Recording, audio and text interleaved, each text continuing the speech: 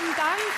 Ich freue mich sehr, dass ich heute da sein darf. Ich war ja die letzten Wochen quasi nur online als Influencerin. Ich habe mich thematisch relativ eingeschossen auf ein Thema, auf Bier nämlich. Also ich bin eine Bierfluencerin. Und ich muss sagen, das hat gleich super funktioniert. Ich habe gleich riesen Reichweite gekriegt. Klar, ich habe ja auch die ideale Freibierlädchen.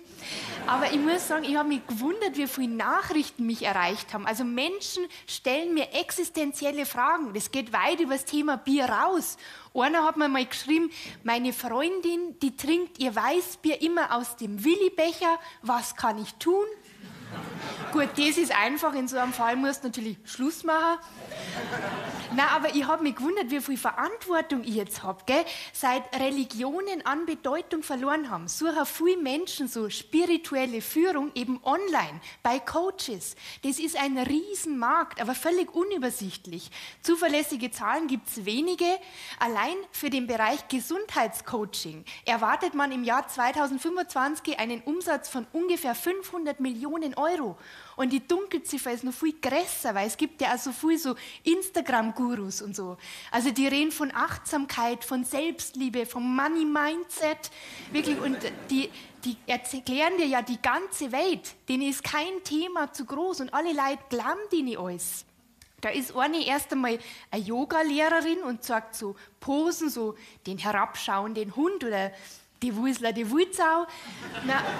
Und als nächstes kommt dann ein Post zu gesunder Ernährung, aber halt ohne jede Basis. Dann folgt die erste Schlafmeditation, so sanfte Klänge, eine grauslige Panflöte bahnt sich ihren Weg. Dann säuselt die da so drüber und sagt so was wie, spüre eine wohlige Wärme. Konzentriere dich mit Dankbarkeit auf etwas, was dein Leben leichter macht.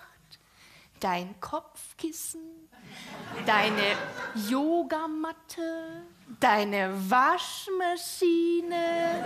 Da bin ich erst mal senkrecht im Bett gestanden und habe mich gefragt, ob ich die letzte Wäsche noch aus der Maschine geholt habe.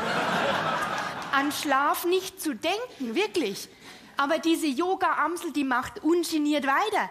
Der nächste Post ist dann wertvolle Tipps für deine entspannte Hausgeburt. Kein Thema zu groß. Wahrscheinlich wüsste die nur eine Lösung für den Nahostkonflikt.